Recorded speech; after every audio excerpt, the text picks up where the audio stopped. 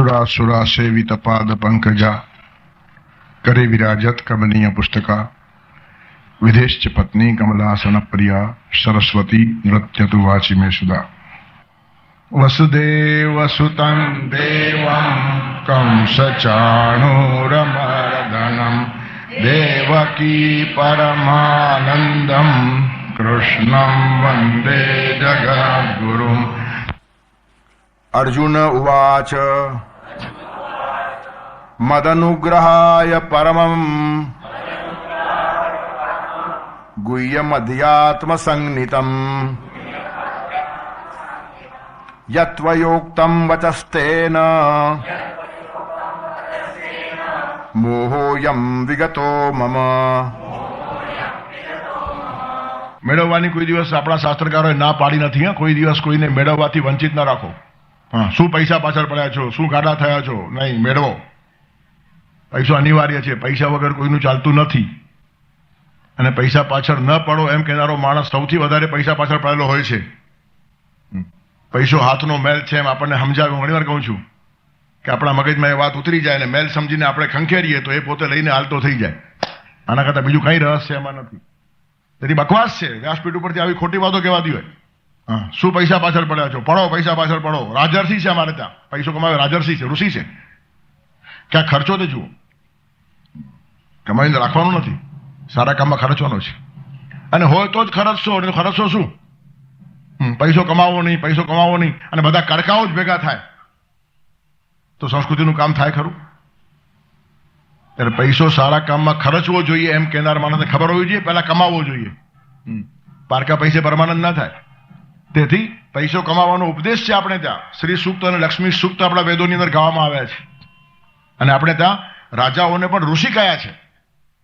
અલબ્ધમ ચૈવ લિપ્સેત ભારતીય અર્થશાસ્ત્ર છે. ખૂબ પૈસો મેળવો. અલબ્ધમ ચૈવ લિપ્સેત મેળવવાની ઈચ્છા રાખો. લબ્ધમ રક્ષેત અવક્ષયાત, અને જે મેળવ્યો છે ને તેનો નાશ ન થવા દો. સાચવો, ખોટા માર્ગે વાપરો નહીં. પૈસો વેડફવાને માટે નથી. મારી માં છે, લક્ષ્મી છે, ને વેડફાય નહીં. તેથી અલબ્ધમ ચૈવ લિપ્સેત, ન મેળવેલું મેળવવાની ઈચ્છા રાખો. મેળવ્યું હોય તેનું સારી રીતે રક્ષણ કરો. રક્ષિતમ વર્ધયેત સમ્યક, રક્ષાયેલું છે ને વધારતા જાઓ. ખૂબ પૈસો મેળવો. ફિલોસોફર કિંગની કલ્પના છે પ્લેટોની. આપણે તો રાજર્ષિ છે, રાજા ઋષિ છે, અને ફિલોસોફર કિંગ છે. તેથી વર્ધિતમ રક્ષેત સમ્યક, જે માણસ તમારી પાસે રક્ષાયેલું છે એને વધારતા જાઓ. અને પછી જે વધ્યું છે તે તીર્થમાં એટલે સારા કામમાં ખર્ચો. અહીંયા વૃદ્ધની વાત આવતી જ નથી. વૃદ્ધમ એટલે વધેલો પૈસો. આ સંદર્ભ છે. ત્યારે જે નથી મેળવ્યું તે મેળવો, મેળવેલાને સાચવો, સાચવેલાને વધારો, અને વધારેલા પૈસાને સારા કામમાં ખર્ચી નાખો. હવે આખો શ્લોક ન વાંચે અને અડધું જ વાંચે અને વૃદ્ધમ તીર્થેષુ નિક્ષિપેત. કેમ તમારા મા બાપને કાશી મૂકી આવ્યા કે હરિદ્વાર મૂકી આવ્યા? લખ્યું છે વૃદ્ધમ તીર્થેષુ નિક્ષિપેત. સંદર્ભ શૂન્ય કોઈ વાતને અર્થ નથી. ત્યારે પ્રત્યેક ઠેકાણે સંદર્ભ લેવો જોઈએ. હઠયોગ પ્રદીપિકા શ્લોક છે. હઠયોગ પ્રદીપિકા ગો માંસમ ભક્ષે નિત્યમ પિબેત અમર વારુણીમ તમહમ કુલીનમ મન્યે ઇતરે કુલ ગાતકા. કેટલો ભયંકર અર્થ થાય જો સંદર્ભ ખબર ન હોય તો. ગો માંસમ ભક્ષે નિત્યમ, રોજ ગાયનું માંસ ખાવું જોઈએ. ગો માંસમ ભક્ષે નિત્યમ. અને પીબેત અમર વારુણીમ, રોજ દારૂ પીઓ, અમર વારુણી.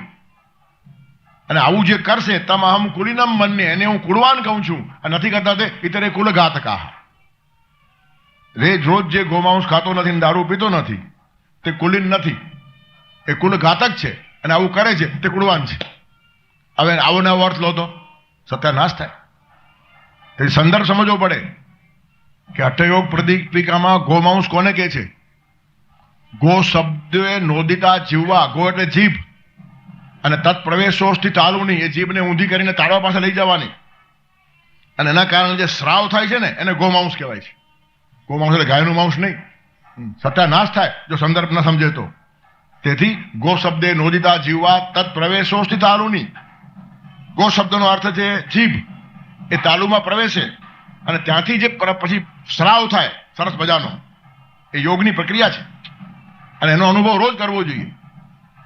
હવે જો શબ્દો ખબર ન હોય, અર્થ ખબર ન હોય તો અર્થનો અનર્થ થાય. તેથી મદ અનુગ્રહ જયારે કહેવાય છે ત્યારે અનુગ્રહથી મળશે એમ સમજો નહીં.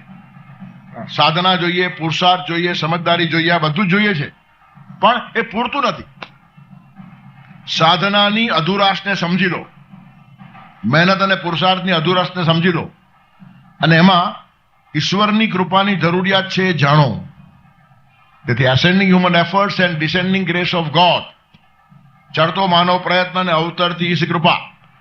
પણ સાધના કરીને આપણી પાત્રતા વધારવાની છે, અને પાત્રતા વધ્યા પછી મારી પાત્રતા નથી, ભગવાન તારી કૃપાથી મળ્યું છે એમ ધારણા રાખવાની છે, કે જેથી ઉત્થાન થયા પછી પતન ન થાય. મારા પુરુષાર્થથી મળ્યું છે એમ જો નક્કી થાય ને તો ચડેલા માણસો પડી જાય. છે ને, શિખરથી 2 કદમ હું આગળ ગયો હોઈશ, નહીં તો ન હોઉં પતન કેરી ગર્તમાં. હું ખાઈમાં પડ્યો, એનું કારણ શિખર ઉપર ગયા પછી પણ 2 કદમ આગળ વધવાની મૂર્ખાઈ કરી હશે. શિખર ઉપર ગયા પછી વધાય નહીં આગળ, ત્યાં અટકી જવું જોઈએ. ત્યાં પછી આસન ડોલે તો કામ ના લાગે, આસન સો મત ડોલ. જેટલા શિખર ઉપર જાઓ છો ને ત્યાં સ્થિરતા બહુ જાળવવી પડે, અને મોટા મોટા માણસો પડે છે એનું કારણ આ જ છે, શિખર ઉપર ગયા પછી સ્થિરતા રહેતી નથી. પછી પોતાના પુરુષાર્થનો અહંકાર આવે, પોતાના સાધનાનો અહંકાર આવે, પોતાના કર્તૃત્વનો અહંકાર આવે, પોતાની નામનાનો અહંકાર આવે, પોતાની પૂજ્યતાનો અહંકાર આવે. લાખો માણસો મને પગે લાગે છે, એમને એમ લાગતા હશે નક્કી આપણામાં કંઈક છે, કોલર ટાઈટ કરે, અને પછી પગ એવો લપસે. એવરેજ શિખર ઉપર રહેલો માણસ તમને ઠેઠ ખીણમાં જોવા મળે. સોપાન માસાદ્ય કરોતિ શબ્દમ ઠંઠમ ઠઠમ ઠમ ઠઠમ ઠઠમ ઠ. પગથિયા ઉપરથી પડતો લોટો પછી ક્યાંય અટકતો નથી, તેમ શિખરસ્થ માણસોનું પતન પછી ક્યાંય અટકતું નથી. એને રોકે કોણ? રોકે કોણ? મોટા માણસને. નાના માણસોને બધા અટકાવે. છોકરાને તમાચો મારીને બાપ પણ રોકી શકે, ની ઘરવાળી પણ કાન પકડી શકે, પણ તમે શિખર પર પહોંચી ગયા, કોણ તમને અટકાવે? ત્વમ ચેદ નીચ પથે ગમિષ્યસી પય કષ્ટવામ નિરોધુમ ક્ષમઃ. ભરતરોડી કહે છે કે પાણી એકવાર નીચે જવાનું નક્કી કરે તો કોની હિંમત છે કે પાણીને અટકાવી શકે? આકાશમાંથી બધું પાણી પડેલું સાગર સુધી જાય છે, રસ્તાનો કોઈ અવરોધ વચ્ચે આવતો નથી. નથી એને ડુંગર નડતા, નથી ઝાડ નડતા, નથી પહાડ નડતા, કશું નડે નહીં. પાણી એકવાર નીચે જવાનું નક્કી કરે, ત્વમ ચેદ નીચ પથે ગમિષ્યસી પયઃ. હે પાણી, તું જો નીચે જવાનું નક્કી કરે, કષ્ટવામ નિરોધુમ ક્ષમઃ, તને અટકાવવા કોણ સમર્થ છે? તેમ શિખરસ્થ માણસો જયારે પડવા લાગે ને ત્યારે કોઈની કહેવાની હિંમત નથી. એને અટકાવે કોણ? એ પડે જ છૂટકો એનો. એ પોતે પોતાની જાતને સંભાળે તો જ. મેરું પર ચલે પણ જેના મનડા નવ ચલે. આસન સો મત ડોલ. એ જે બધી વાતો જે કીધી આઠામાં કીધી છે, ઊંચી મેળી તે મારા સંતની, પોતાની હાઈટ ટકાવવાની. ત્યારે શિખરસ્થ માણસ પછી એના કરતા જો આગળ વધવા જાય તો પછી સીધો નીચે. તેથી શિખરથી 2 કદમ આગળ વધ્યો હોઈશ, નહીં તો ન હોઉં પતન કેરી ગર્તમાં. પતનની ખીણમાં માણસ પડ્યો છે, એનું કારણ શિખર પર ગયા પછી પણ સ્થિર થયો નહીં.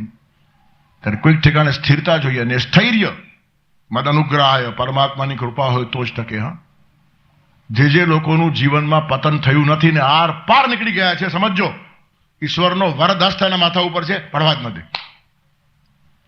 ઈશ્વરની છાયા, ઈશ્વરનું છત્ર જો માથા ઉપર ન હોય ને તો પડવા માટેના બધા જ પ્રવાહો અતિશય સુલભ અને ઉપલબ્ધ છે. પડવું એ મોટી વાત નથી, ચારે બાજુ પતનના માર્ગો ખુલ્લા છે. ન પડવું એ જ આશ્ચર્ય છે. માણસ જીવે છે એ જ આશ્ચર્ય છે, મરી જાય છે તે આશ્ચર્ય નથી. મરવું સ્વાભાવિક છે. 9 બારણાઓ છે છતાં જીવાત્મા જતો નથી. વાયુરૂપ છે. વાયુને કેટલી જગ્યા જોઈએ? વાયુને નીકળવા માટે કંઈ જરૂર પડતી નથી. તમારા બારણામાં તિરાડ હોય ને, તિરાડ એમાંથી વાયુ નીકળી જાય. તો અહીંયા તો 9 બારણા ખુલ્લા છે, નવદ્વારે પૂરે દેહી, અને છતાં અંદરનો વાયુરૂપ જીવાત્મા નીકળતો નથી. એ આશ્ચર્ય છે. ત્યારે મરી જવું પ્રાકૃતિક છે, જીવવું એ વિકૃતિ છે. લખે છે કાલિદાસ, મરણમ પ્રકૃતિ શરીરિણામ જીવિતમ વિકૃતિ મુચ્યતે બુધૈહી. મરણ તો પ્રકૃતિ છે, જીવન જ વિકૃતિ છે. ત્યારે મરી જવું સહેલું છે, જીવવું જ અતિશય આશ્ચર્યકારક છે. તેમ પડી જવું સહેલું છે, ટકી જવું જ અઘરું છે. કોઈનું પતન થાય તો આશ્ચર્ય ન પામો. પતન બહુ સહેલું છે, પડી જવામાં કોઈ મહેનત નથી. ડુંગર ઉપર ચડતી વખતે જ હાફ લાગે છે, પડવામાં હાફ લાગતો નથી. અને ગબડે તે વહેલો પહોંચે નીચે. પગ લપસો ને સીધો નીચે, ધીરે ધીરે ઉતરે એને વાર લાગે, પણ આનું પતન પણ ઝડપથી થાય. તેથી જ્યાં સુધી પરમાત્માનો અનુગ્રહ નથી ત્યાં સુધી સાધના વિકૃત થવાની કોઈ પણ સંભાવનાઓ ખુલ્લી છે.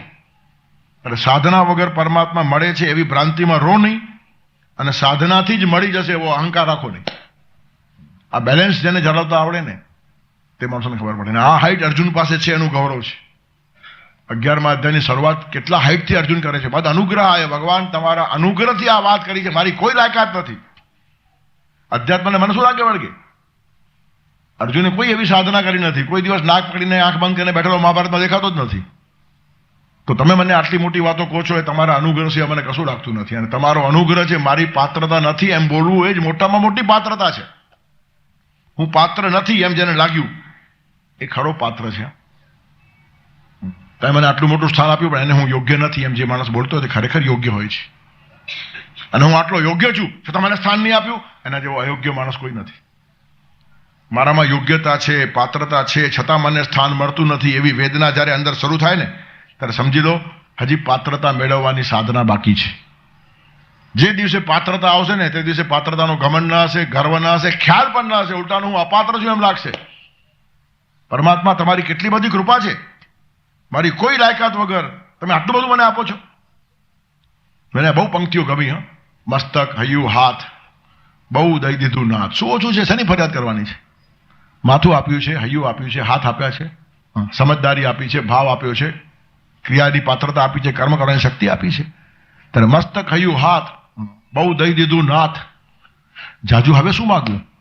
પણ આપણે આખો દિવસ માગ્યા જ કરીએ છીએ અને મળ્યા પછી પાછી ફરિયાદ કરીએ છીએ. આને આટલું મળ્યું, મને આટલું કેમ?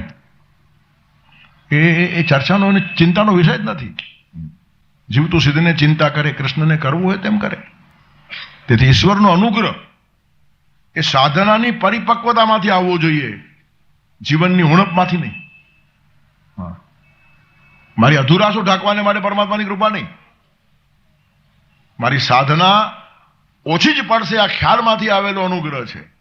ખૂબ સાધના કરી છે અને છતાં કર્યો છે એનો ખ્યાલ પણ નથી. દિલાસો આપનારાઓએ મારું ધ્યાન ખેંચ્યું છે. એ કવિ બહુ સરસ કહે છે કે દિલાસો આપનારાઓએ મારું ધ્યાન દોર્યું છે, નહીં તો હું દુઃખી છું એની મુજને તો ખબર નહોતી.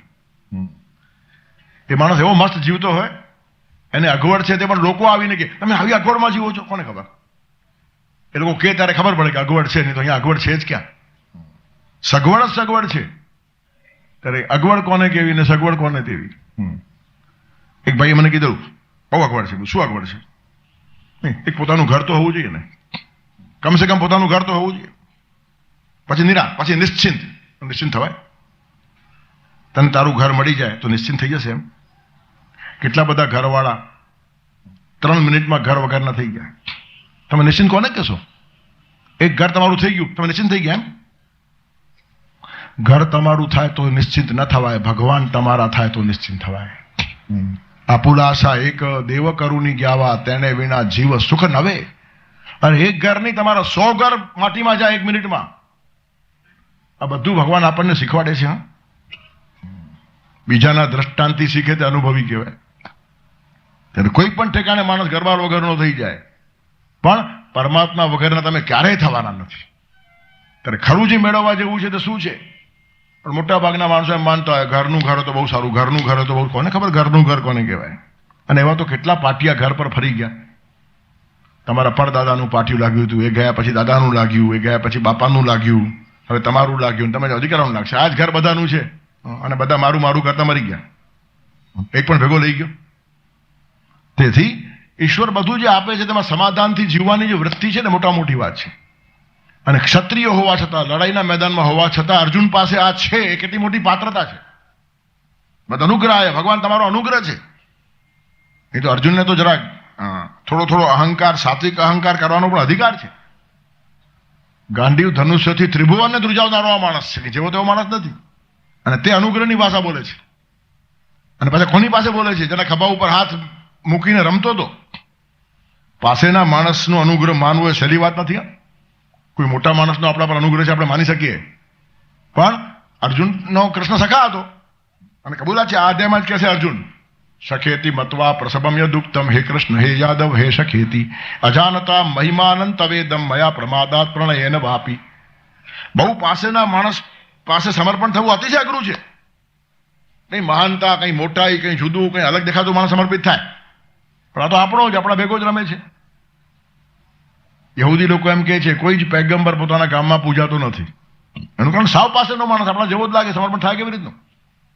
અને એ અર્જુનની વિશેષતા છે કે તદ્દન પાસેનો માણસ, સખા તરીકે જેની જોડે રમ્યા છે, સાથે જમ્યા છે, ફર્યા છે, નાચ્યા છે, કૂદ્યા છે, અને તે માણસને કેવું કે તારો મારા પર અનુગ્રહ છે, ખાવાના ખેલ નથી.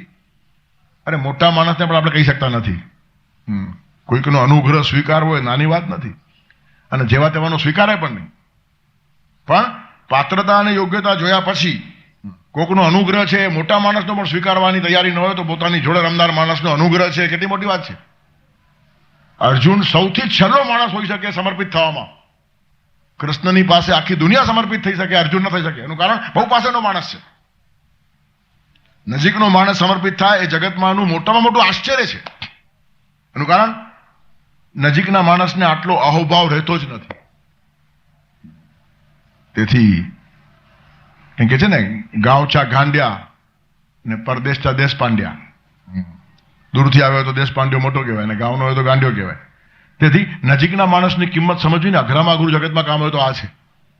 અને તે કામ અર્જુને કરી દેખાડ્યું છે. ભગવાન આટલા પાસેના છે, રોજના છે, ઘરના છે, રોજ સાંજે ભેગા ઇવનિંગ વોક કરતા હશે, ચર્ચા કરતા હશે, કેટલી ડિનર પાર્ટીઓમાં સાથે જમ્યા હશે, અને તે કહે છે ભગવાન તમારો મારા ઉપર અનુગ્રહ છે. આ અર્જુનની કેટલી મોટી પાત્રતા છે.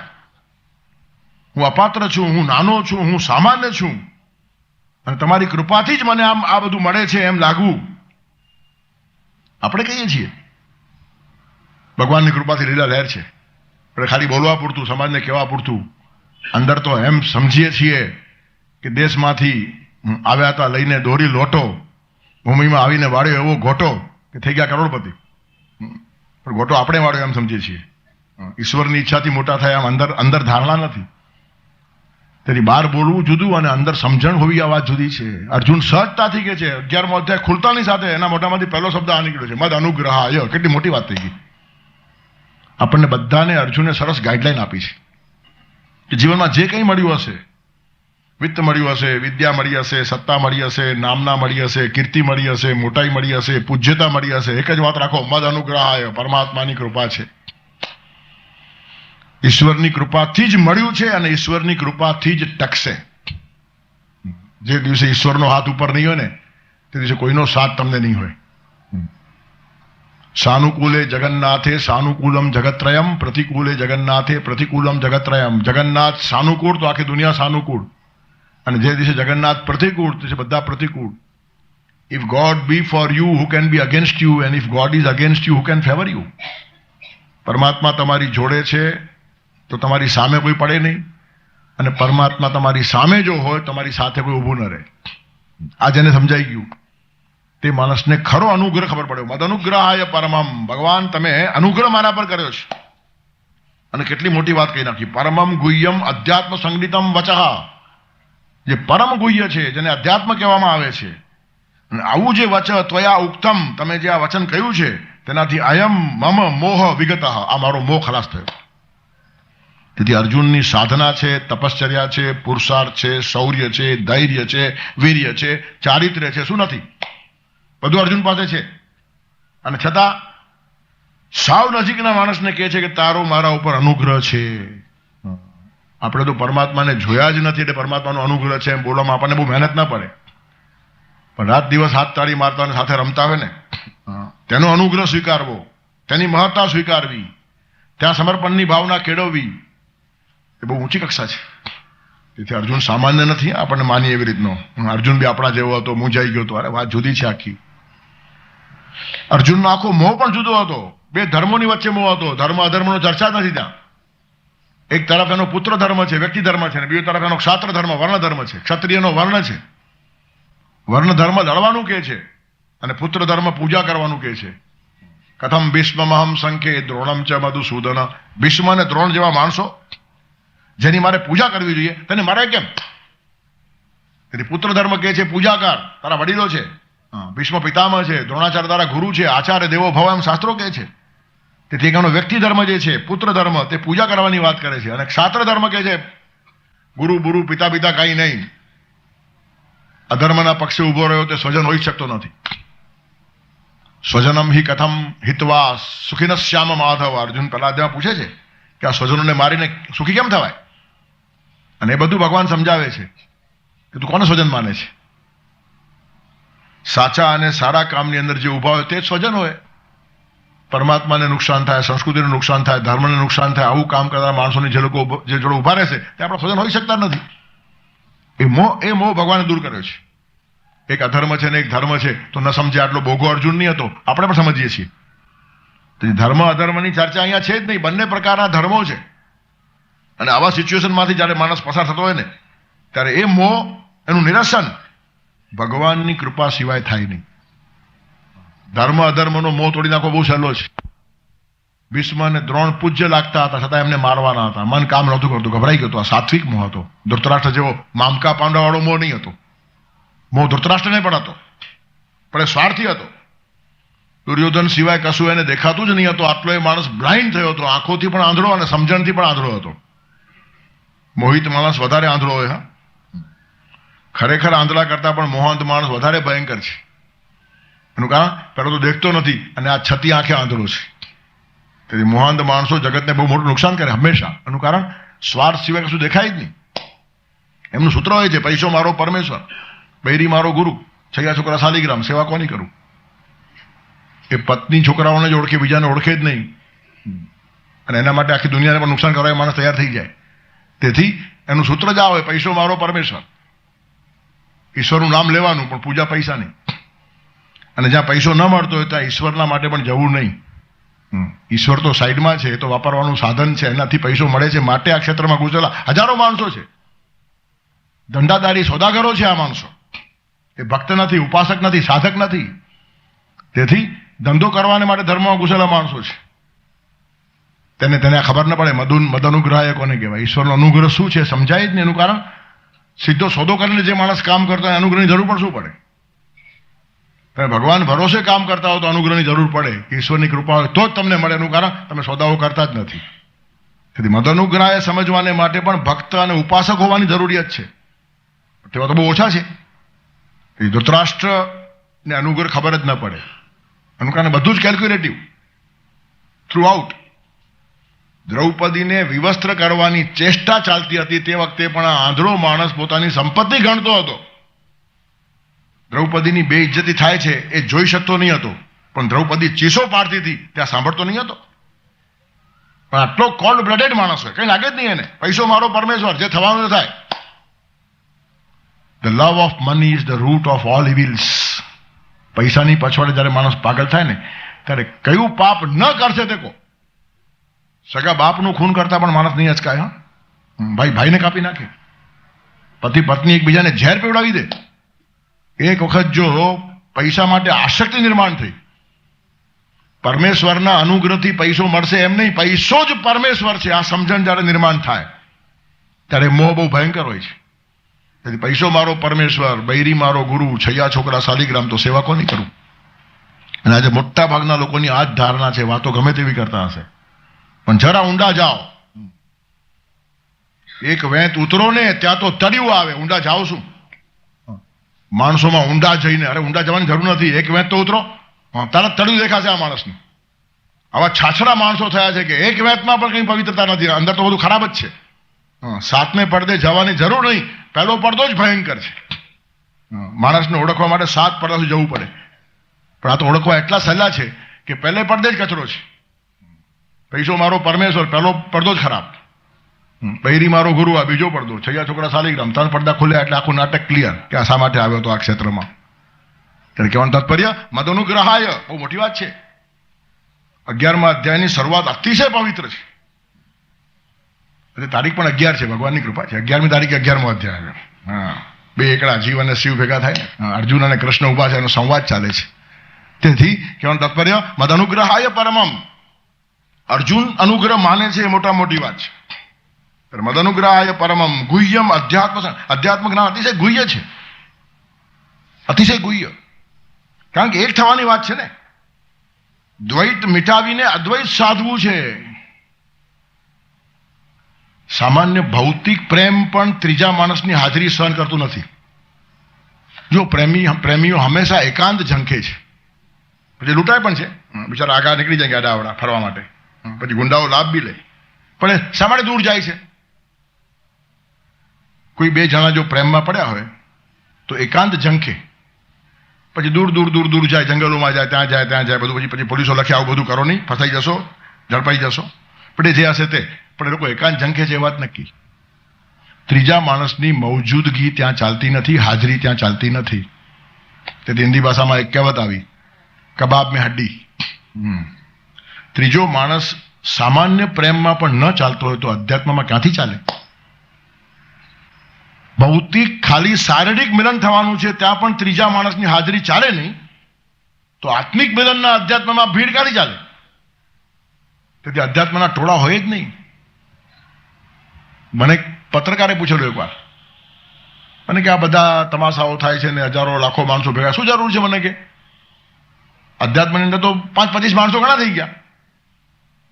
મેં કીધું એ ટોળાઓની વાત જવા દઈએ, પણ 5-25 માણસો અધ્યાત્મમાં ચાલે એમ જો તું બોલતો હોય તો તને પણ અધ્યાત્મ ખબર નથી, એ પહેલા સમજી લે. અધ્યાત્મમાં ત્રીજો માણસ ચાલતો નથી, હિપતાઈ ગયો આ માણસ. એને કંઈ હતો ને, સામાન્ય લેવલ હતો વિચારવાનો, એને એમ કે ટોળાઓ બધા નહીં થવા જોઈએ, એમ આટલો જ ભાવ હતો એનો. પણ અધ્યાત્મમાં 5-25 માણસોનો એક ગ્રુપ હોય, સ્ટડી સર્કલ હોય, અભ્યાસમાં હોય, અધ્યાત્મમાં ન હોય. અભ્યાસ કરવા માટે 5 માણસો ભેગા જોઈએ. એનું કારણ, અભ્યાસ એકલા માણસથી થાય જ નહીં, તપ થાય એકલા માણસથી. એકસ્તપો દ્વિરધ્યાયી ત્રિભી જ્ઞાનમ ચતુષ્પથમ. ગાવા માટે 3 જણા જોઈએ કમસે કમ. સુર આપનારો, તબલો તાલ આપનારો અને ગાનારો, 3 હોય તો ગવાય. તેથી એકસ્તપો દ્વિરધ્યાયી ત્રિભી જ્ઞાનમ ચતુષ્પથમ.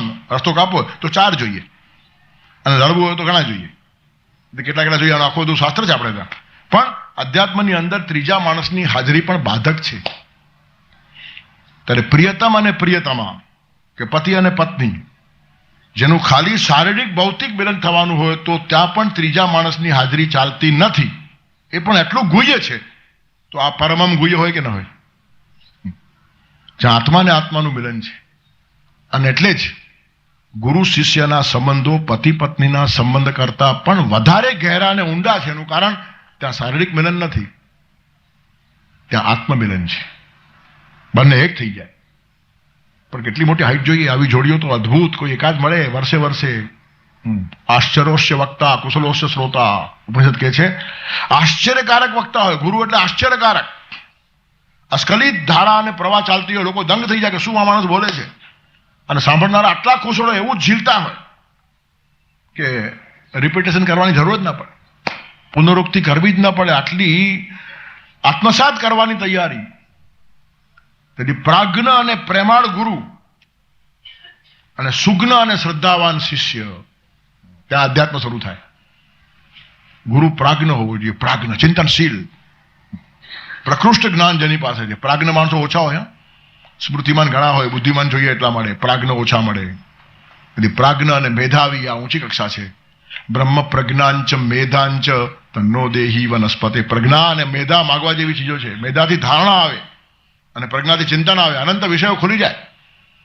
વિષયને જે માણસ આર પાર જોઈ શકતો હોય, ખાલી શબ્દો ગોઠવતો નથી. શબ્દ ગોઠવવા અને ગોખવા જુદી વાત છે, એને કઈ અર્થ જ નથી. શબ્દોની આર પાર જોવાની હિંમત વક્તા પાસે હોવી જોઈએ. પ્રાજ્ઞ એને કહેવાય. અને પાછો પ્રેમાળ છે. પ્રાજ્ઞ અને પ્રેમાળ ગુરુ અને સુજ્ઞ અને શ્રદ્ધાવાન શિષ્ય. આ પ્રાજ્ઞ છે તો આ સુજ્ઞ છે. પ્રાજ્ઞ પાસે ઘણું બધું પ્રગટે છે, તો સુજ્ઞ બધું સરળતાથી ગ્રહણ કરી લે છે. આ પ્રેમનો વર્ષાવ કરે છે, તો પેલો શ્રદ્ધાથી ઝીલે છે. તેથી ગુરુ પ્રાજ્ઞ અને પ્રેમાળ હોવો જોઈએ, શિષ્ય સ્નુગ્ન અને શ્રદ્ધાવાન હોવો જોઈએ. અને અર્જુન શ્રદ્ધાવાન છે, તેથી કહે છે મોહોયમ વિગતોમાં, ભગવાન મારો મોહ ગયો. શ્રદ્ધા વગર મોહ જતો નથી. તમે જેની પાસેથી સાંભળો છો એના ઉપર શ્રદ્ધા ન હોય તો સાંભળવાનો કાંઈ ફાયદો થાય નહીં. દીકરાને પોતાના બા ઉપર જ્યાં સુધી શ્રદ્ધા હોય છે ત્યાં સુધી બાની કીધેલી બધી વાતોની અસર થાય છે. અને એટલે જ ખરું શિક્ષણ 5-7 વર્ષમાં થઈ જાય છે. બધા મોટા શિક્ષણ શાસ્ત્રીઓ કહે છે કે મોટા ભાગનું શિક્ષણ 5-7 વર્ષની ઉંમરમાં થઈ જાય છે. પછી બધો વ્હાઇટ વોશ છે. પછી અભિવ્યક્તિઓ બદલે, થોડું સંગ્રહ વધે, માહિતી વધે, થોડી ડિગ્રીઓ મળે, ઠીક છે. પણ તમારો બેઝ જે તૈયાર થાય છે તે 5-7 વર્ષમાં થઈ જાય. અને એ 5-7 વર્ષ વધારેમાં વધારે છોકરો બા પાસે રહેતો હોય છે. અને એટલે માની જવાબદારી છે ઉછેરની. માતૃદેવો ભવ એ પદવી એમને એમ નથી મળી. આખો એનું જે પિંડ તૈયાર થાય છે ગર્ભાવસ્થાથી લઈને, પ્રહલાદને આ બધી જ વાતો ગર્ભમાંથી મળી હતી. કયા તું એની માતા નારદના આશ્રમમાં રહેતી હતી. તેથી માતાનો સંપર્ક અને સતનો સંગ બંને મળ્યા. તેથી રાક્ષસના ઘરે પણ પ્રહલાદ પાક્યો છે. પ્રહલાદ સમા ભક્તો અહીંયા રાક્ષસને પેટે પાક્યા છે. કાંટા વચ્ચે રહીને પણ પુષ્પો પ્રભુચરણને પામ્યા છે. તેથી માતૃદેવો ભવ, પણ એ માના કહેવાની અસર ક્યાં સુધી થાય? જ્યાં સુધી શ્રદ્ધા હોય. પણ છોકરો મેટ્રિક પાસ થાય અને પછી ખબર પડે કે બા ખાલી 4 ચોપડી જ ભણેલી છે. જે દિવસે દીકરાને ખબર પડે કે હું બા કરતા વધારે ડાયો છું, ત્યાર પછી બાએ કીધેલી એક પણ વાતની દીકરા ઉપર અસર થતી. અને અસર ક્યાં સુધી થાય? જ્યાં સુધી તમે જેની પાસેથી કંઈક ઝીલો છો એ તમને મહાન લાગે છે. શ્રદ્ધા તમારી બેસતી હોય તો તમારા જ્ઞાનનો કંઈક ફાયદો થાય, બાકી થાય નહીં. વ્યાખ્યાનો ઘણા થાય છે, અસર થાય નહીં. શ્રદ્ધાની કિંમત છે. મોટા ડોક્ટરો જ્યાં નિષ્ફળ જાય છે ત્યાં સામાન્ય ગામડાનો વૈદ કામ કરી જાય છે. એનું કારણ દર્દીની શ્રદ્ધા કામ કરે છે. આને બધી ખબર પડે છે બરાબર, એને ખબર પડતી હોય કે ન પડતી હોય, પણ આને ખબર છે કે આને ખબર પડે છે, એની અસરો થાય છે. એનું કારણ તમારું શરીર રિસ્પોન્સ આપવા લાગે છે. ખાલી ફિઝિકલી પણ મોટા મોટા ડોક્ટરો થાપ ખાઈ જાય અને નાનકડો ડોક્ટર નાડી પકડીને કહી આપે રોગ કયો છે. આવા માણસો હજી આજે પણ છે. અને શ્રદ્ધા રાખશો તો નાનો માણસ પણ ચમત્કાર સર્જી જશે. તેથી કહેનાર ઉપર શ્રદ્ધા, વિશ્વાસ ઘણા ઠેકાણા હોય છે, શ્રદ્ધા હોતી નથી. શ્રદ્ધામાં પૂજ્યતા છે, પાવિત્ર છે. વિશ્વાસ તો વેપારી ઉપર હોય. આ માણસ માલમાં દગો નહીં કરે, વજનમાં થાપ નહીં ખવડાવે, એલફેલ ભાવ નહીં લે, આ વિશ્વાસ છે, શ્રદ્ધા નથી. એને આપણે પૂજ્ય નથી કહેતા. દાણાવાળા ઉપર અમારો વિશ્વાસ છે કે શ્રદ્ધા છે એમ ન કહેવાય. અને કહેતા હોય તો આપણને શબ્દોના અર્થ ખબર નથી. ત્યારે શ્રદ્ધા ત્યાં જ હોય જ્યાં પૂજ્યતા હોય, જ્યાં પાવિત્ર્ય હોય, અને એની અસર થાય સીધી જ. તેથી શ્રદ્ધા જ્યાં મૂકી શકાય તેવા માણસો સમાજમાં વધવા જોઈએ. શ્રદ્ધેય કહેવાય, શ્રદ્ધેય એના માટે શબ્દ વપરાય છે, શ્રદ્ધેય. ફલાણા માણસ કેવું છે? શ્રદ્ધેય એટલે શ્રદ્ધા મૂકી શકાય, જે કોઈ દિવસ વિશ્વાસઘાત નહીં કરે.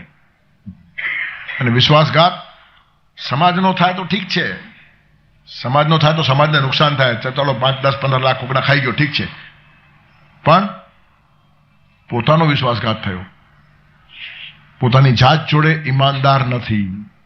તમે બીજાને છેતરો તો એમના 5 પૈસા જાય, પણ પોતાની જાતને છેતરો તમે ખલાસ થાવ, જન્મારાઓ જાય. તેથી વિશ્વાસઘાત સમાજ જોડે એટલા માટે નહીં કરવાનો કે આત્મા જોડેનો વિશ્વાસઘાત છે. પોતાનાથી અલગ ન થાવ. નિજનો છે સાથ તેને ઈશનો સંગાત છે, ભક્તિની શક્તિથી વિશ્વ વિજય હાથ છે. હૈયામાં હામ મુખે રામ ધરો ભાઈ, ખોટો ખોટો ના પ્રમાદ કરો ભાઈ. તેથી ઈમાનદારી સૌથી પહેલા પોતાની જાત જોડેની હોવી જોઈએ. અને અર્જુન પોતાની જાત જોડે ઈમાનદાર છે. હું પાત્ર છું, હું મોટો છું, હું સમજુ છું, આવું એના મગજમાં રાખ્યું જ નથી. આપણે કંઈ સમજતા નથી અને સમજીએ છીએ, માનીએ છીએ, એના કરતા મોટી બેઈમાનદારી નથી. અને જે ઈમાનદાર નથી એનો વિકાસ થાય જ નહીં. સમજ્યા વગર પણ સમજીએ છીએ માની લેવું એ કેટલો મોટો આત્મવિશ્વાસઘાત છે. It's a kind of self deception. પોતાની જાતને છેતરવાથી મોટું પાપ જ નથી. તેથી અધ્યાત્મ માર્ગમાં જેને પ્રવેશ કરવો છે ને એને કમસે કમ પોતાની જાતને તો નહીં છેતરવી જોઈએ. ખુલ્લા પોતાની જાત સામે ઉભા રહો. જગતની જૂઠી વાતોથી નહીં હું સ્વલ્પ ભરમાઉં, નથી કાળાશ કો ચહેરે કે દર્પણથી હું શરમાઉં. આપણા ચહેરા ઉપર કાળાશ ન હોય તો દર્પણ સામે ઉભા રહેવાની હિંમત હોય, તેમ પોતાની જાતને જોવાની હિંમત જે માણસ કેળવે તે અધ્યાત્મનો પ્રવાસી થાય. એટલે ગુહ્યમ અધ્યાત્મ સંગીતમ, અર્જુન અને કૃષ્ણ વચ્ચે આ સંવાદ સંભવ્યો છે. એનું કારણ છે ભગવાન તો પ્રાજ્ઞ છે, જ્યારે પ્રાજ્ઞોને પેદા કરનાર છે. પ્રાજ્ઞ શું છે? અને પ્રેમાળ તો એટલા બધા છે. અને સામે આ માણસ પણ સુગ્ન છે. સુગ્ન એટલે સારું જાણી ગયેલો, સારું જાણી ગયો. શું જાણી ગયો? મને કંઈ આવડતું નથી એ જાણી ગયો. હું પાત્ર નથી એ સમજાયું. એના સુગ્ન મોટો કોણ? અને શ્રદ્ધા કેવી રાખી છે? મોહો અયમ વિગતા. ભગવાન તમે કહ્યું મારો મોહ ગયો, ખલાસ. તમે કહો પછી બે મત હોય જ નહીં. બુદ્ધ જનૈર વાદ પરિત્યજ્યતા. ગુરુ કરતી વખતે 1000 વિચાર કરો, પણ સાચો માણસ ગુરુ તરીકે જો મળી ગયો હોય તો પછી વિતંડા વેળામાં સમય ગુમાવો નહીં. પછી એના મોઢામાંથી પડતો એક એક શબ્દ એ મંત્ર છે. પહેલા જાગતા રહો. પણ આપણું ઊંધું છે, અંધારામાં જ ગુરુ કરીએ અને પછી જે શ્રદ્ધા હોય તે અંધશ્રદ્ધા હોય એટલે સત્યાનાશ થઈ જાય. તેથી ગુરુત્વ કોઈનું માન્ય કરતી વખતે તમને બહુ જ ચકાસવાની છૂટ છે. તમે રૂપિયો પણ સાચો જોયા વગર લેતા નથી તો ગુરુ ખોટો લેવાય. ત્યાં જાગૃતિની અપેક્ષા છે. પણ એકવાર ખબર પડે કે પ્રાજ્ઞ છે, પ્રેમાળ છે, નિસ્પૃહ અને નિસ્વાર્થ છે, તો પછી એની વાણીમાંથી પરમાત્માનું વહન થાય છે. ત્યાં તમે વિતંડાવાદ કરશો તો નુકસાનમાં જશો. તેથી ગુરુની જરૂર નથી એમ કેટલાક માણસો બોલવા લાગે. એનું કારણ છે લેભાગુ ગુરુઓ ઘૂસી ગયા સમાજની અંદર, એના કારણે બધો બગાડ થયો છે. એ તો ગુરુની આત્યંતિક જરૂર છે. પતિ પત્ની કરતા વધારે ઘેરા સંબંધો હોય છે આ લોકોના, આટલી બધી આત્મીયતા હોય છે. પ્રેમાળ અને પ્રાજ્ઞ ગુરુ અને સુજ્ઞ અને શ્રદ્ધાવાન શિષ્ય, એટલી બધી કક્ષા ઊંચાઈની છે, પણ પછી એમાં બગાડ આવતો ગયો. ગુરુનો છોકરો ગુરુ થઈ જાય, પછી દબાણ હોય, ભલે કંઈ આવડતું, દારૂ પીતો હોય તો પણ ગાદી પર બેસે એટલે પગે લાગવાનું. પડે છે બુદ્ધિને મસ્તક નમાવવાની ફરજ, પ્રભુનો બોલ ઘણી મૂર્ખના લવારાને. મૂર્ખ લવારો કરતો હોય પણ ગાદી ઉપર બેઠો હોય ને, ગુરુનો દીકરો એટલે મોટો. આ ગાંડપણ જ્યારથી ઘૂસ્યું ત્યારથી ગુરુ સંસ્થાનું પાવિત્ર્ય ખલાસ થઈ ગયું. ગુરુ પૂજા ઇઝ ટર્ન ઇન્ટુ ગુરુઇઝમ. ગુરુ પૂજા અતિશય પવિત્ર છે, પણ ગુરુઇઝમ ભયંકર છે. હું ગુરુ એટલે મારો દીકરો પણ ગુરુ, આંખ મીચીને માનો. કોઈ ડોક્ટર આવું કહેવાની મૂર્ખાઈ કરતો નથી કે હું ડોક્ટર એટલે મારો દીકરો પણ ડોક્ટર, ભણ્યો હોય કે ન ભણ્યો હોય. જે મૂર્ખાઈ ડોક્ટર નથી કરતો તે મૂર્ખાઈ બધા ગુરુઓ કરે છે. આ ગુરુ, એનું કારણ અમારો દીકરો છે. અરે પણ અક્કલ નથી એક નવા પૈસાની. અને આ લોકો સમાજને ગાઈડ કરવા નીકળે. અશક્ત ચાહે છે ઊંચકી જવા સશક્તોને. અશક્ત ચાહે છે ઊંચકી જવા સશક્તોને, જન્મથી આંધળા દોરે છે દેખનારાઓને. પડે છે બુદ્ધિને મસ્તક નમાવવાની ફરજ, પ્રભુનો બોલ ગણી મૂર્ખના લવારાને. બને છે એવું એ ક્યારેક, એ હકીકત છે. તેથી ગુરુ પૂજાના પવિત્ર પીઠને, સંસ્થાને લેભાગુ ગુરુએ વર્ષોથી અભડાવી છે. એના કારણે થાય શું? સાચા ગુરુઓ પ્રત્યે પણ લોકો શાસન થઈ જાય કે આ સાચો લાગતો માણસ જો આટલો બનાવટીને ખરાબ નીકળ્યો તો બીજો નહીં નીકળશે એની ખાતરી શું? તેથી મોટા માણસો જ્યારે બગડે છે ત્યારે બીજા મોટા માણસોનું કામ કેટલું અઘરું થાય છે એનું એને ભાન નથી હોતું. તેથી બહુ જીવનની એક ઊંચાઈ કેળવવાની છે. ગુરુ એ બહુ મહત્વનું સ્થાન છે. ગુરુ પૂજા ઉડાવવા જેવી નથી, પણ ઘણી વાર ઉડાવવી પડે. એનું કારણ લઘુઓ જ્યારે ગુરુ થઈને બેસી જાય ત્યારે આવા ગુરુ માનવા જેવા નથી એમ કહેવું પડે, પણ ઇટ ડઝન્ટ મીન કે સંસ્થા ખરાબ છે. તેથી કૃષ્ણ અર્જુનના જીવનમાં ગુરુનો ભાગ ભજવે છે, ખબર પડે કે ન પડે. અર્જુને ગુરુ તરીકે કૃષ્ણને ક્યારે સ્વીકાર્યા નથી, સખા જ માનતો હતો, પણ છતાં એને જે કામ કર્યું છે, નામ ગમે તે પાડો, તમે નામ શું પાડો છો સવાલ નથી, કામ થયું છે તે ગુરુનું જ થયું છે. ધીરે ધીરે ધીરે ગાઈડ કરતા કરતા કરતા કરતા અર્જુનને આખો માંજી નાખ્યો છે, અજવાડી નાખ્યો છે. અને અર્જુનને પણ અંદરખાનેથી ખબર પડે જ છે, અને એટલે કહે છે કે ભગવાન તમારા અનુગ્રહથી મારો મોહ ગયો છે.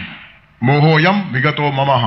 પણ મોહ ગયો હોય તો ગીતા અહીંયા પૂરી થવી જોઈએ, પછી આગળ શું કામ ચાલી? તેથી એક એક શબ્દ સમજવા જેવો હોય છે. જ્યારે અર્જુનની કબૂલાત છે અને એ જ કબૂલાત પાછી 18મા અધ્યાયમાં કરે છે ત્યારે ગીતા પૂરી થઈ. નષ્ટો મોહ સ્મૃતિર્લબ્ધા તત્પ્રસાદાન મયાચ્યુત સ્થિતોસ્મિ ગત સંદેહ કરીષ્યે વચનંતવ. ત્યાં મોહ ગયો છે એમ ભગવાન માનવા તૈયાર છે, અહીંયા માનવા તૈયાર નથી. ભલે અર્જુન કહેતો હશે મારો મોહ ગયો છે પણ નથી ગયો, ભગવાનને ખબર છે. એક અહોભાવ નિર્માણ થયો છે, પોતે ગૂંચવાયો છે. અને ન ગૂંચવાયેલો એક માણસ હસ્તો સામે ઊભો હોય તો એના પર વિશ્વાસ મૂકવાનું મન થાય. તેથી મોટાભાગની બધી વાતો માનસિક હોય છે. Be honest. આસ્તિક માણસો કહે છે ભગવાન છે, અનુભવ છે નહીં. તમે ભગવાન છે એમ એટલા માટે કહો છો કે શાસ્ત્રો કહે છે, તમારા પૂર્વજો કહે છે, જગતમાંના સંતો કહે છે, બધા કહેતા આવ્યા છે, તો આપણે કહી નાખીએ. તેથી આ માનેલું જ્ઞાન છે, અનુભવેલું જ્ઞાન નથી. માનેલા જ્ઞાનથી મોહ જતો નથી, અનુભવેલા જ્ઞાનથી મોહ જાય છે. ત્યારે જ્યાં સુધી અનુભવ નહીં થાય ત્યાં સુધી મોહ નહીં જાય. અને ત્યાં સુધી મોહ ગયો છે એમ માનશું તો પણ એ ઉપર છલ્લું છે. તેથી આસ્તિકો જ્યારે કહેતા હોય કે ભગવાન છે એ માન્યતા છે, અને નાસ્તિક કહેતા હશે ભગવાન નથી તો એ પણ માન્યતા છે. નથીનો પુરાવો આની પાસે નથી અને છેનો પુરાવો આની પાસે નથી, અને બંને હાંક્યા જ કરે છે. વર્ષોના વર્ષોથી ચર્ચાઓ ચાલે છે અને હરામ કઈ નિર્ણય આવે તેનું કારણ બંને અનુભૂતિ શૂન્ય છે, બંને શબ્દ પંડિતો છે. એક માણસ નથી પુરવાર કરી આપવામાં સક્ષમ છે અને એક માણસ છે પુરવાર કરી આપવામાં સક્ષમ છે. એક નાસ્તિક અને નાસ્તિક ભેગા થઈ ગયા, ચર્ચાઓ કરી, બંને પોતાનો હાંકે રાખે ને કોઈ કોઈને છોડે નહીં. પણ બંને ઉપર એકબીજાનો આવો પરિણામ થઈ ગયો કે બીજા દિવસથી જે આસ્તિક હતો એ નાસ્તિક થઈ ગયો, નાસ્તિક હતો એ આસ્તિક થઈ ગયો. કારણ કે આને સમજાવવામાં આ સફળ થયો અને આને સમજાવવામાં આ સફળ થયો. પાટલી બદલી પણ બંને કાયમ રહ્યા. નાસ્તિકે આસ્તિકને નાસ્તિક બનાવી નાખ્યો અને નાસ્તિકે આસ્તિકને નાસ્તિક બનાવી નાખ્યો. ત્યારે ચેન્જ થઈ ગયું, ઇન્ટરચેન્જ. પણ ક્ષમતા એટલી હતી પાવરફુલ કે સામેવાળાને બરાબર સમજાવી દીધું. પણ એ બંને બદલી ગયાનું કારણ બંને સમજ્યા નહોતા. અને સમજ્યા વગર સમજાવનારાઓની જ આજે ભીડ ચાલે છે અને એટલે આખો અધ્યાત્મ ગૂંચવાયો છે. બહુ મોટી ક્રાઇસિસ છે, અધ્યાત્મમાં મોટી ક્રાઇસિસ છે. કટોકટી અહીંયા છે. ન સમજેલા માણસો, દીવો પ્રગટ્યા વગરના માણસો બધાને પેટાવ્યા જ કરે. આપણે તાળો તો પેટાવો પેલા. જમાનાને સુધરવાનું કહે છે પણ કહેવા દે સુધારક ખુદ હજી તારે સુધરવાની જરૂરત છે. પણ ગામને સુધારવામાં પોતાનું સુધારવાનું રહી જાય એ ખબર જ પડતી નથી. તેથી મોહ ગયો નથી. કૃષ્ણના હાજરીનો પ્રભાવ છે આ. મોટા માણસના હાજરીના પ્રભાવમાં કેટલીક વાતો તમને સ્વીકાર્ય લાગે પણ it is not your conviction. એ તમારી પોતાની નિર્માણ થયેલી ધારણા નથી. અને જ્યાં સુધી ન થાય ત્યાં સુધી મોહ જાય નહીં. બુદ્ધ જેવો એકાદ માણસ પાસે ઊભો હોય ને તો ભગવાન નથી એમ તમને સાબિત કરી આપે. મહાવીર જેવો એકાદ માણસ પાસે ઊભો હશે, તમે એની છાયામાં અને પ્રભાવમાં આવવાના જ છો. શું જરૂર છે ભગવાનની? શૂન્યમદ શૂન્યમિદમ શૂન્યાત શૂન્યમુદચતે શૂન્યસ શૂન્યમાદાય શૂન્યમાં વસિષ્યતે એમ તમને બુદ્ધ સમજાવી દે. તેથી મહાવીર અને બુદ્ધ જેવી પ્રતિભાઓ સામે ઉભેલી હશે તો ઈશ્વર નથી એ તમને બહુ સારાઈથી સમજાઈ જાય. અને કૃષ્ણ જેવો માણસ ઊભો હોય તો ભગવાન છે એ વાત તમને સમજાઈ જાય. જીસસ ક્રાઇસ્ટ ઊભો હશે તો ભગવાન છે એમ તમને લાગશે. ત્યારે કોની બાજુમાં ઊભા છો? બુદ્ધ અને મહાવીરની બાજુમાં ઊભા રહ્યા. ભગવાન છે કે નથી એ સ્વતંત્ર સવાલ છે, પણ પ્રભાવ પડે તમારા ઉપર. મહાવીર અને બુદ્ધના પ્રભાવમાં આવેલા માણસો ભગવાન નથી એ સહેલાઈથી સ્વીકારી લે. પણ એ સ્વીકૃતિ જો અંદરની હોત તો ભગવાન બુદ્ધની એક પણ મૂર્તિ બનત નહીં. ભગવાન બુદ્ધ જો ભગવાન નથી જગતમાં ભગવાન નથી એમ સમજાવવામાં સમર્થ થયા હોત અને લોકોએ જો કન્વિક્શનથી આ વાત માની હોત તો બુદ્ધની એક પણ મૂર્તિ હોવી જોઈતી નહીં હતી. પણ એ કન્વિન્સ થયેલા માણસો નહીં હતા. એમને ભગવાન જોઈતો જ હતો પણ હવે આ માણસ ના પાડે છે ને મૂકો માથાકૂટ, એને જ બનાવી દો. લોકો હંમેશા શોર્ટકટ ગમે ત્યાં શોધી કાઢે. ભગવાન અમારી જરૂરિયાત છે, હવે આ માણસ ના પાડે છે, અમને પછતું નથી, હવે કરવાનું શું, જોઈએ તો છે તો એને જ બનાવો ને, ખટપટ નહીં. ઇટ મીન્સ મોહ ગયો નથી. પ્રભાવના અંદર આવીને કંઈક માની લેવું એ વાત જુદી છે અને પોતે કન્વિન્સ થવું આ વાત જુદી છે. વ્યાસપીઠ ઉપરથી હરિભાઈ બે વાતો કે તે વખતે આપણને લાગે બરાબર છે, પછી આપણે કન્વિન્સ થયા છીએ તો એવું જીવન થવું જોઈએ. ખોટી વાતો જીવનમાં ન હોવી જોઈએ. એ વાતનો પ્રભાવ પડે, એક કલાક જોરદાર પડે, પાવરફુલી જ્યારે એક વાત મુકાતી હોય ત્યારે આપણે હચમચી જઈએ અંદરથી. પણ પછી જેવું જીવતા હોઈએ તેવું જીવે છે. એનું કારણ એ હરિભાઈએ આપેલું ઉછીનું અને ઉધારું જ્ઞાન હતું, આપણું થયું નહીં. જ્યાં સુધી આત્મસાત થતું નથી ત્યાં સુધી મોહ જતો નથી. ખાવાના ખેલ નથી. આટલા વ્યાખ્યાનો થાય અને માણસ બદલતા કેમ નથી? બદલે પોતાની ઈચ્છા હોય તો જ. પ્રભાવ થોડી વાર રહે, પ્રભાવની અસરો થાય, તેથી આ ખોટું નથી. પ્રવચનો વાક્યનો કંઈ ખોટા નથી. તમારા પર તાત્કાલિક થોડી અસર બી પડી જાય ને અને એ અસરને ઘૂંટો વાગોળો તો ધીરે ધીરે તમારી સાધના તમને આગળ લઈ પણ જાય. પણ આ અંગુળી નિર્દેશ છે, આટલા માત્રથી પૂરું નહીં. અમે 25 વર્ષ પ્રવચન સાંભળ્યા એટલે અમે આધ્યાત્મિક એમ માનવાની ભ્રાંતિમાં નહીં રહેતા. 25 વર્ષ તમે સાંભળેલા પ્રવચનો ફોકટ ગયા નથી, પણ એનું જે અનુપાન છે, જેમ તમને દવા આપ્યા પછી કેટલીક પરેજીઓ પાડવાની હોય તે જે માણસ પાડે તેને તંદુરસ્તી મળે, એ સીધી વાત છે. ત્યારે શારીરિક તંદુરસ્તી માટે પણ કેટલાક નિયમો જેમ પાડવા પડે તેમ આધ્યાત્મિક ઉન્નતિ માટે પણ જીવનની કેટલીક ધારણાઓ છે, એને સંયમ નિયમ કહેવાય છે. તેથી પ્રભાવ નીચે આવ્યા પછી તાત્કાલિક જે અસરો થાય છે તે થોડી ઘણી કામયાબ છે, ઇશારો કરે, ઇંગિત કરે, પણ ત્યાર પછી આપણું પણ કામ શરૂ થવું જોઈએ. તેથી મોહોયમ વિગતો મમ એમ કીધા પછી જો ભગવાન માની ગયા હોત તો અહીંયા ગીતાની પૂર્ણાહુતિ હતી, પણ નહીં. 18મા અધ્યાયમાં અર્જુન પાછો મોહ ગયો એમ કે ત્યારે સાચી વાત. તેથી અહીંયા મોહ ગયો છે એમ કીધા પછી પણ ગીતા પૂરી નહીં થઈ. લોકો કહે છે ગીતામાં અનુસંધાન નથી. કેટલું અનુસંધાન છે? મોહ ગયો તો ભગવાન માનવા તૈયાર નથી, આટલું તો સાથે રહીને ઊભા છે. કેટલું ગુરુ શિષ્યને વાંચે છે. તો શિષ્ય કહે મોહ ગયો તો ગુરુ માની લેવું જોઈએ, વાત પતી ગઈ. નહીં, તને લાગે છે તારી ભ્રાંતિ છે, તારો મોહ ગયો નથી. અને અર્જુનને પણ થાય છે કે નહીં, કંઈક અધુરાશ છે. મોહ ગયો હશે કદાચ, પણ જ્ઞાન પ્રગટ્યું નથી. મોહ ગયો એટલે અજ્ઞાન ગયું, અજ્ઞાન ગયું એટલે જ્ઞાન આવ્યું એમ નહીં. અજ્ઞાનનું જવું અને જ્ઞાનનું આવવું એ બે પ્રક્રિયાઓ છે.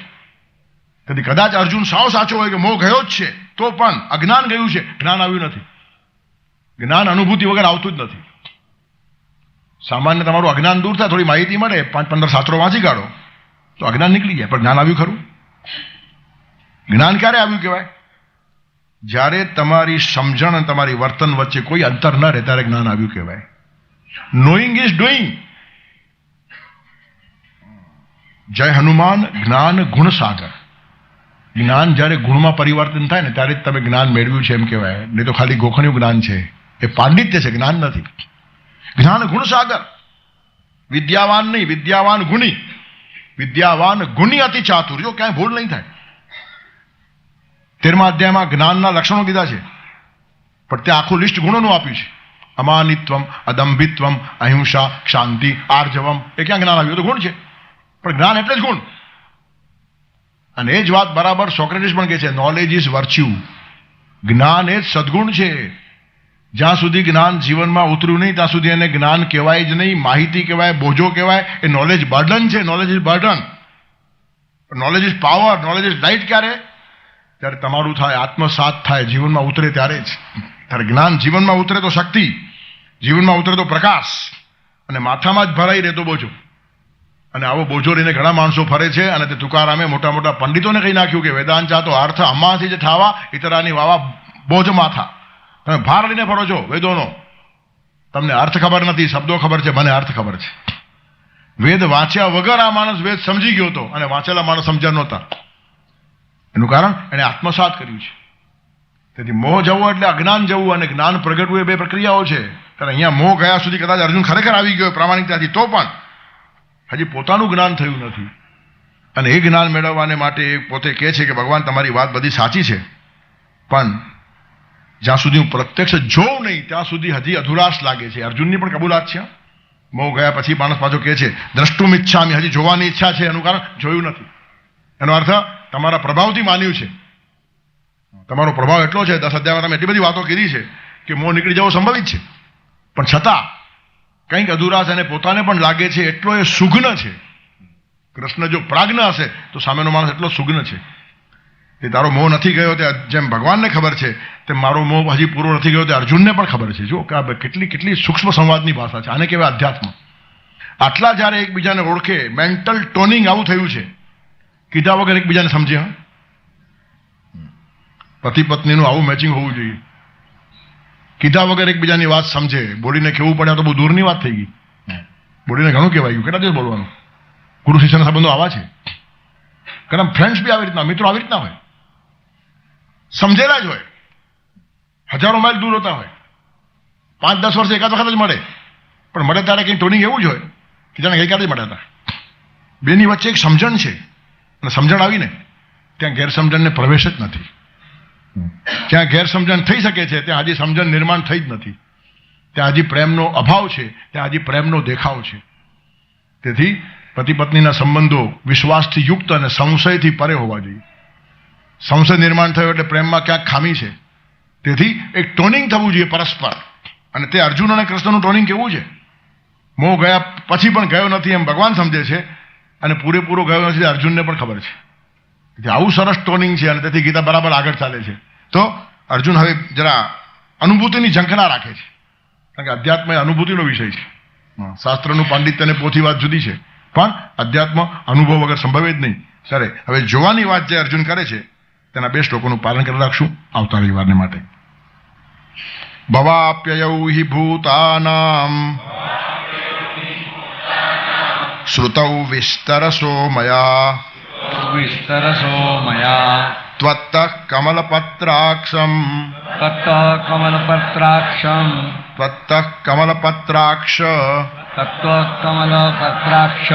માહાત્મ્યમપિ ચાવ્યયમ એવમેતદ્યથાર્થત્વમ આત્માનં પરમેશ્વર દ્રષ્ટુમિચ્છામિ તે રૂપમ ઐશ્વરમ પુરુષોત્તમ વસુદેવસુતં દેવં કંસચાણૂરમર્દનમ દેવકી પરમાનંદમ કૃષ્ણં વંદે જગદ્ગુરુમ. ગુરુર્બ્રહ્મા ગુરુર્વિષ્ણુ ગુરુર્દેવો મહેશ્વરઃ ગુરુ સાક્ષાત પરબ્રહ્મ તસ્મૈ શ્રી ગુરવે નમઃ.